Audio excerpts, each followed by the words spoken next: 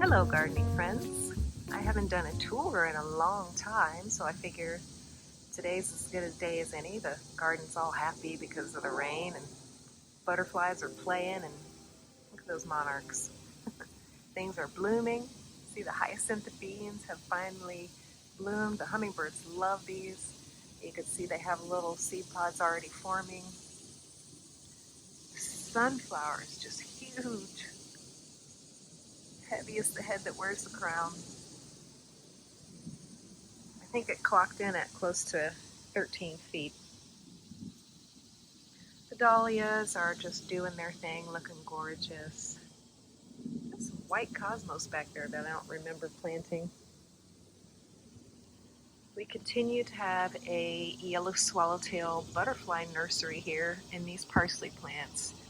I've stopped harvesting them altogether so that the life cycle can complete. I keep seeing the moms over here regularly laying eggs, and there were 3 caterpillars in here not too long ago. So I'm just going to let them have that. And here's the stevia, which I have just started harvesting because it's sweetest right now as it's getting ready to flower. And I'm harvesting only from the bottom here, the leaves that are not photosynthesizing, so that the plant can stay healthy and not be stressed by the harvesting. We see pretty yarrow. Apparently the police are at it. More yarrow. Blackberry is going crazy and just crawling around everywhere. I'm going to have to do something about that. The strawberry bed is clipping along. They've been putting out more strawberries here and there. See, they're flowering. Doing pretty well. They're liking the rain. All of the onion bulbils that I took off the plants and put in the ground are sprouting now and getting themselves established. We have some more back here and here. I think they'll be really great companions for this strawberry bed because they are perennial. They don't take up much room as far as the roots, and the leaves don't block very much sun, and they're a good companion for strawberries. So I'm definitely going to keep doing that. And these Sweet Ann Everbearing are by far the best strawberry that I've ever grown. They're still putting out these huge market-sized strawberries. And it's September almost. So go figure on that. I'm definitely going to take some divisions from that variety and plant as many of them as I can because I really like them. They've done very well. Here we see beautiful green twister echinacea. It's a natural variant of the Magnus variety, so this just happened naturally. It's not some weird experiment. We have some white cosmos. I've cut back my Gemini petunias and actually put in the cuttings that I took from my favorite plants that sprouted and survived. I've now put those in the ground so that the Gemini petunia that was kind of done for the year can just rest, and the new one can come forth, and for the next probably 6 or 8 weeks it'll be doing its thing. We have monarch. Let's see if I can get closer.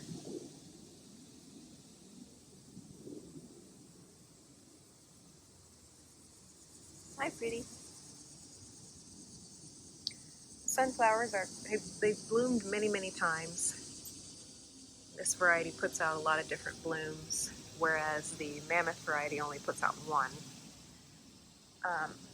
They've been nice, but I will say that I've been hit by the weevils pretty hard, and the plants were very annoyed by that, losing so many flowers to the weevils, but it's okay. I think I'll still grow them next year, and I'll definitely be growing these Ageratum Blue Planet. They've been going nonstop since I put them in the ground during that cold snap in May. I mean, they're just kick-ass, and they've been gorgeous, and all the pollinators love them. And they're all setting seed now, so hopefully there's plenty of seed and it'll just come right back up again. Same with the lettuces. You see the lettuces. The romaine is setting seed. I'll be keeping those. We have basil here blooming, and the oregano still blooming. Some of the flowers have closed up and are forming seed pods now, but it's still going and providing resource for the pollinators. Cherry tree still healthy. It's coming close to the time where I'm going to just kind of cut back what we have going here. This little volunteer tomato plant that grew out of the compost that I put down. It's probably just a grocery store tomato. It looks pretty healthy and happy. I'll get a few tomatoes off that before I kind of clear this area and get it prepared for planting the hardneck garlic that will be there over the winter. I'm looking forward to more of that. It's been really delicious. And anybody who got some of my garlic knows what I mean. Here we have more California Wonder peppers. Fractal broccoli, still growing and doing its thing. Completely gigantic plant, just taking over the whole corner of the garden. This California Wonder pepper is getting ripe. They're not getting as much sun over here as they probably would have liked to get, so they're kind of slow to mature, but it's all good. More California Wonders. Can't wait to eat those. And my kale, I've been letting it just rest. I haven't been harvesting much off of it because it did get hit by the loopers a little bit there, and I had to treat it with BT and pulled some leaves off. So I wanted to let them recover and get some of their foliage back and get strong again so they can continue producing even past the frost. See here, the hyssop has these lovely flower stalks on it. You want to harvest some of the greens before the plant flowers to use for tea. It's an excellent antimicrobial purifying agent. It is used traditionally as a smoke cleanse to purify spaces in ceremony and inside temples and churches. And that's what I'll be using it for. I just took a little bit of the greenery for that to use for smoke clearing. And maybe I'll have a bit of tea too. I just love the smell of it. It's very enticing to me. And when that happens, it's a clue that that herb or that plant is good for you. The accidental zucchini plant has already turned out some fruit. Got more coming. He just kind of, I had an extra seedling and it just kind of ended up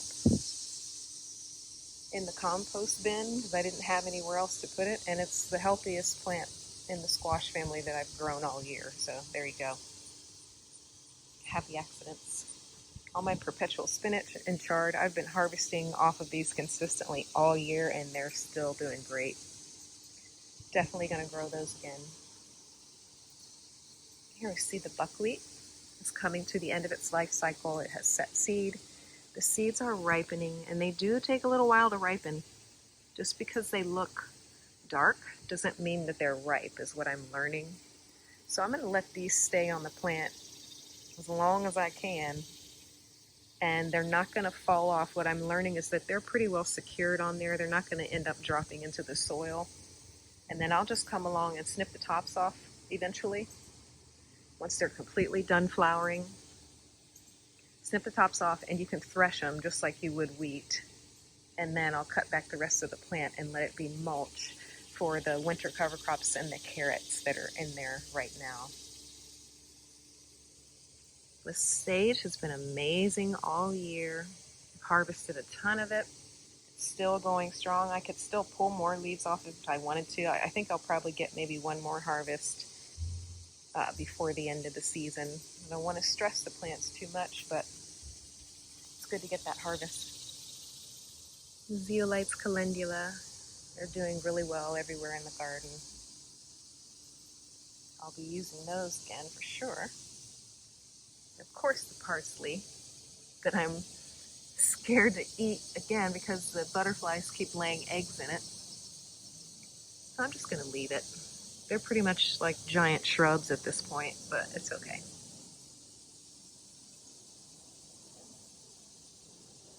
The dill has all set seed. There's going to be dill everywhere. That's all right. I like it. Harvested all the potatoes and they were awesome. They had incredible flavor, really mineral rich.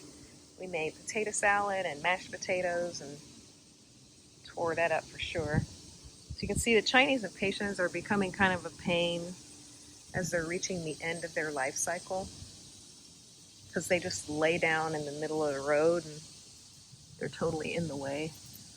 Here's the seed pods. You can just squeeze them up, and this one's ready. There's the seeds. Don't keep hold of it because if you let it go, it'll pop and those seeds will go everywhere. That's what they do. All these plants, all these seed pods. This one's almost as tall as me. Hi, bee. This kale plant is like the cutest kale ever.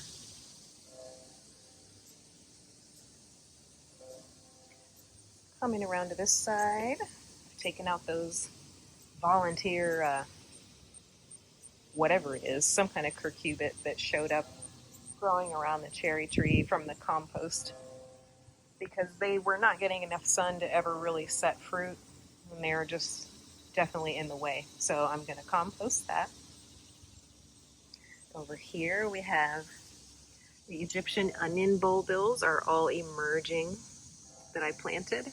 And I also have some sweetgrass, which is a medicinal plant that has been used traditionally in this area as a medicine plant. You make sweetgrass braids. And I'm going to be doing that for sure because I'm very drawn to that herb. And in this area, I've put in some bush green beans because they'll do well with chillier temperatures.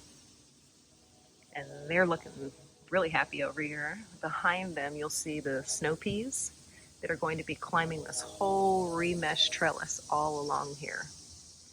And that's going to look really cool. And it's going to provide a lot of food, and it's also going to be enriching the soil.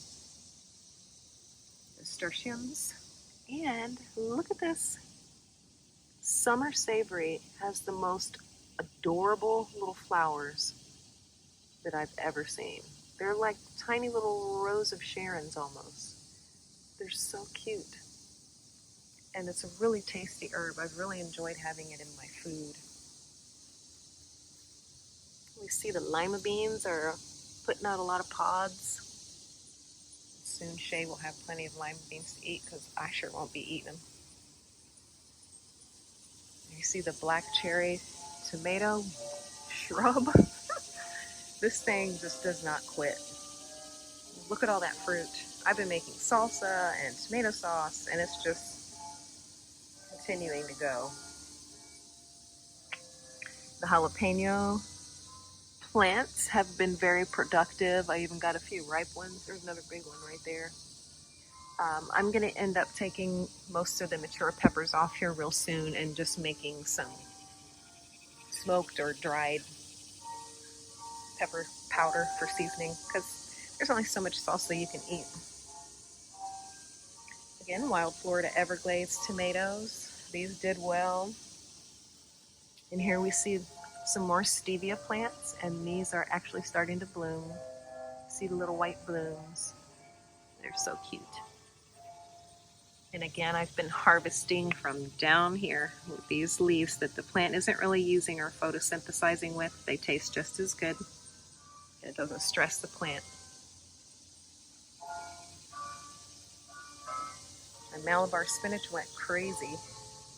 Got a lot of harvest off of it, and it's flowering now, setting seed. I don't know, maybe I'll have seeds just stay in the soil and come up again next year. Who knows? My little baby Brussels sprouts. Hopefully they'll do okay. I may pick up a couple plants at the garden center just in case.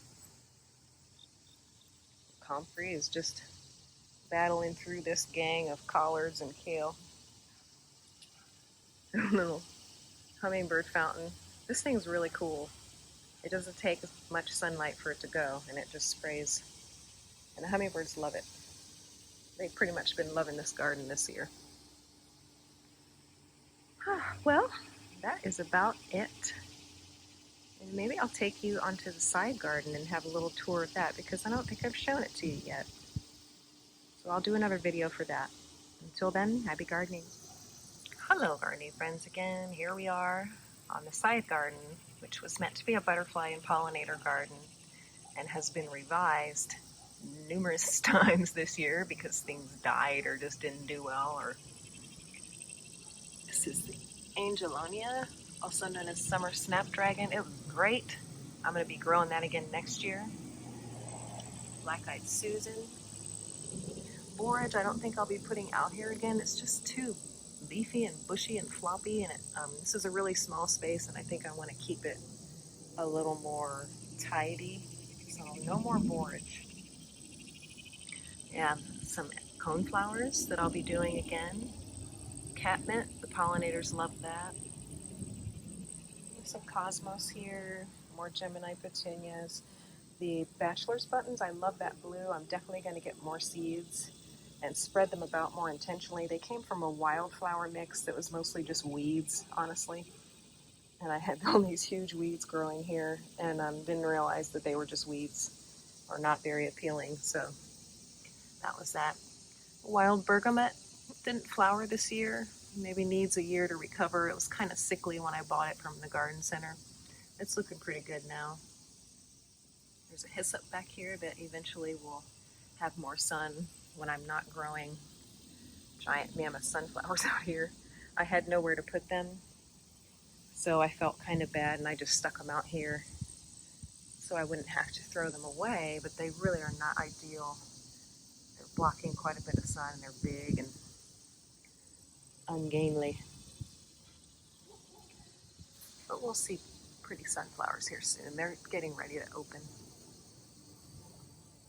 And then I also have this wild beast of a tomato vine. This is a wild Everglades tomato.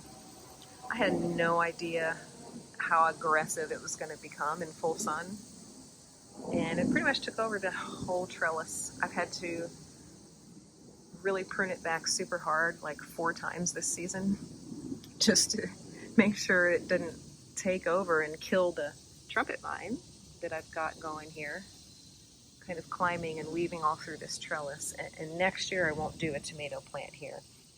I'm just going to plant a blanket flower down here and allow the trumpet vine to flourish because the hummingbirds really love them.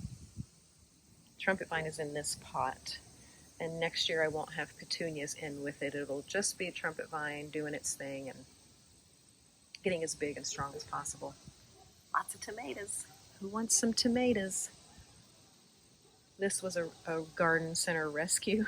It was $1. I said, why not? It's an annual sage. Here we have Coreopsis or tick seed. That's a perennial. I'll keep that. Another giant mammoth sunflowers. In their place next year, I'm going to be planting milkweed, which won't be quite as big and obtrusive, and of course will be great for the monarchs, and it's native, and it'll just be great. And the trumpet vine won't have a petunia in with it next year. This is the blanket flower that I'm hoping to propagate and put over here on by the other trellis. This has been awesome. The bees love it. They'll get on the flowers and they'll just lay on them and rest there for a while and collect pollen. It's really cute. And then beside the blanket flower, we have Roman chamomile, which will eventually spread and be a nice ground cover all throughout this bed, and obviously flower and provide with a medicinal herb. Here's another Coreopsis tick seed. I just put that one in, so it's kind of recovering. A little bonsai tree. And here we see the wild quinine or feverfew. It's getting ready to bloom. You can see a little indication of that. I'm assuming that this plant has more of a rosette style at first and then shoots up. It'll get really tall. And that'll be nice with the dianthus in front of it. And frizzy. I like these little frizzy flowers. How cute they are. Doesn't need much water, which is great. This bed tends to be really hot and dry, so You see my huge purslane beast that I've been harvesting all season. This is a New Jersey tea, which was an herb of a revolution. You can use the leaves to make tea. And obviously during the Tea Party, that's what they used instead. The Dichondra Silver Falls has lived up to its name. I mean, look at this. It's a gorgeous plant. I think I'm going to propagate these next year for sure. This is an elderberry. It's very young. It'll eventually get taller, and then they'll have the dichondra draping out. And here we see these volunteer curcubits of some kind. They really look like some kind of honeydew. They're getting close to being ripe, and I can't wait to see what they taste like. This was a total volunteer. I put some compost into this little bed here. The curcubit came from a seed that was in the compost, and it just showed up, and I let it flourish, and it did really well with the Gemini petunias, the calibrachoas, beautiful color, maroon, purpley color, snapdragons, doing well still, and sweet alyssum, the white that's spilling out there. Really cool. I think I'll grow most of the same stuff in there next year. In here out front, the coral bells. Some are doing better than others. With as much sun and drought as we've had, I'm excited that they're alive at all. They've been given very little supplemental water. So next year I'm hoping that they'll have a better year and get bigger and do their coral bells thing. The sweet potato vine has clearly had zero problems establishing. It's now flowering. There are some flowers on the other side of the fence where there's just as much vine as there is on this side. This thing is crazy. It grew through the fence, over the fence. I mean, I planted it late in the season even, and it still did really well. The begonias. I think next year I will compact the planting more so that there's more flowers. And I'll put maybe a fern or an astilbe here, a goat's beard here, and just really start shaping this planting. I'm going to shape these burning bushes and get some nice contour with some taller plants here. But this year, this bed was just kind of whatever I could get to grow. And there you have it. The front and the side, and the beautiful red lightning coral bells that I paid $30 for because I loved its color. And then I moved it out front and the color started fading. Oh well. This is an astilbe that likes shade. Hopefully it can get a little taller next year. If not, I'll have to cut back the coral bells to give it a chance. And that's about it. Welcome to my front porch. With my little front porch plant. Begonias, alocasia, polka dot, my Boston fern that I had to cut back this year. It's just recovering. And the ubiquitous spider plant. That's all for today. Happy gardening.